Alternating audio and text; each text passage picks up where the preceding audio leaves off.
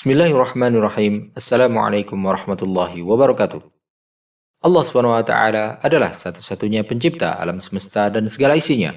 Allah SWT mengutus para nabi dan rasul untuk memberikan petunjuk dan panduan kepada umat manusia dalam menjalankan kehidupannya. Salah satu nabi yang diutus oleh Allah SWT adalah Nabi Isa alaihissalam. Nabi Isa alaihissalam merupakan nabi yang diutus untuk umat manusia sebelum Nabi Muhammad SAW. Nabi Isa alaihissalam memiliki berbagai macam mukjizat yang diturunkan oleh Allah SWT. Salah satunya adalah mukjizat dalam menyembuhkan orang sakit. Nabi Isa alaihissalam juga mampu menghidupkan orang mati kembali ke dunia kehidupan dengan izin Allah SWT. Ini adalah mukjizat yang paling besar dan spektakuler dari semua mukjizat yang dimiliki oleh Nabi Isa alaihissalam.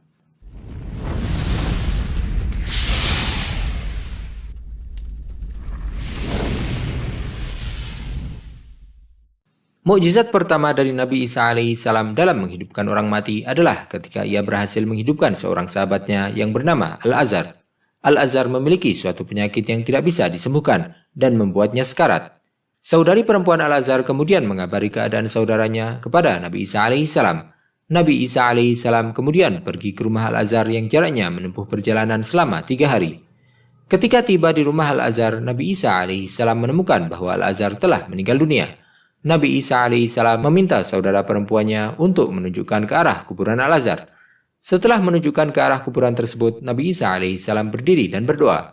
Seketika itu, Al-Azhar hidup kembali dengan izin Allah SWT, dan ia pun menjalani kehidupannya hingga melahirkan seorang keturunan.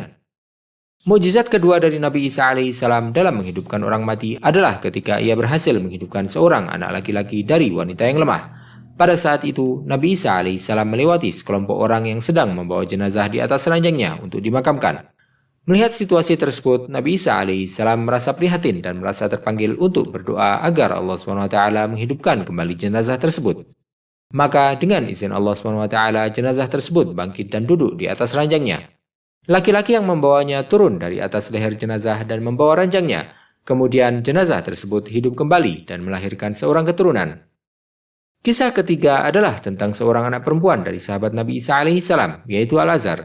Suatu hari, berita kematian anaknya menyebar dengan cepat dan Bani Israel meminta kepada Nabi Isa alaihissalam untuk menghidupkan kembali anaknya pada hari itu juga.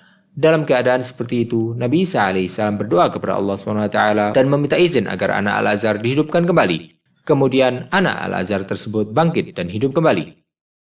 Walaupun Nabi Isa alaihissalam telah mampu menghidupkan orang mati, Bani Israel tetap saja mendustakannya. Mereka berkata bahwa kemungkinan orang-orang tersebut hanya pingsan, sehingga mereka meminta Nabi Isa alaihissalam untuk menghidupkan jasad Sam, putra Nabi Nuh alaihissalam, jika beliau benar-benar mampu melakukannya. Sam, putra Nabi Nuh alaihissalam, telah meninggal sekitar 4.000 tahun sebelum zaman Nabi Isa alaihissalam. Mereka berkata bahwa jika Nabi Isa alaihissalam benar-benar mampu menghidupkan orang yang meninggal, maka ia harus mampu menghidupkan jasad Sam, putra Nuh yang sudah sangat lama meninggal. Tidak ingin mengecewakan permintaan mereka, Nabi Isa alaihissalam meminta untuk dibawa ke kuburan Sam, putra Nuh. Ketika tiba di sana, Nabi Isa alaihissalam berdiri di atas kuburan tersebut dan melakukan sholat 2 rakaat, serta berdoa kepada Allah SWT. Wahai Tuhanku, mereka telah memintaku sebagaimana engkau mengetahuinya, maka bangkitkanlah untukku jasad Sam bin Nuh. Setelah berdoa, Nabi Isa alaihissalam memanggil Sam bin Nuh. Wahai Sam bin Nuh, bangunlah dengan izin Allah. Namun setelah 2 kali panggilan, Sam bin Nuh masih belum bangkit. Barulah pada panggilan ketiga, makam Sam bin Nuh pun terbelah dan keluarlah jasadnya dari kuburan tersebut. Sambil bercakap-cakap dengan Nabi Isa alaihissalam, Sam bin Nuh berkata, "Labbaik ya Nabiullah, wahai Nabi Isa putra Maryam, putra Al-Azhra, berimanlah kalian semua kepadanya dan ikutilah ia."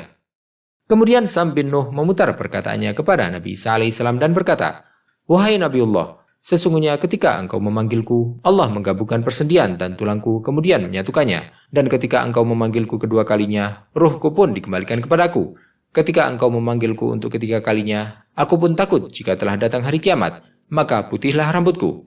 Mendengar permintaan Sam bin Nuh, seorang malaikat datang dan berkata, "Inilah Isa, Nabi Allah yang memanggilmu untuk membenarkan ucapannya. Wahai ruh Allah, berdoalah kepada Tuhanmu agar ia mengembalikanku ke akhirat, dan aku tidak butuh kepada kehidupan dunia." Maka Nabi Isa alaihissalam pun memanjatkan doanya kepada Allah SWT. Setelah mendengarkan permintaan Sam bin Nuh, Nabi Isa alaihissalam pun mengabulkan permintaannya. dan berdoa agar Allah SWT mencabut ruhnya dan menjadikannya kembali rata di dalam tanah, sehingga ia tidak merasakan sakaratul maut seperti yang dirasakan oleh orang mati. Wallahu ta'ala alam wa sallallahu wa sallam wa baraka ala sayyidina Muhammadin wa ala alihi wa sahbihi ajma'in.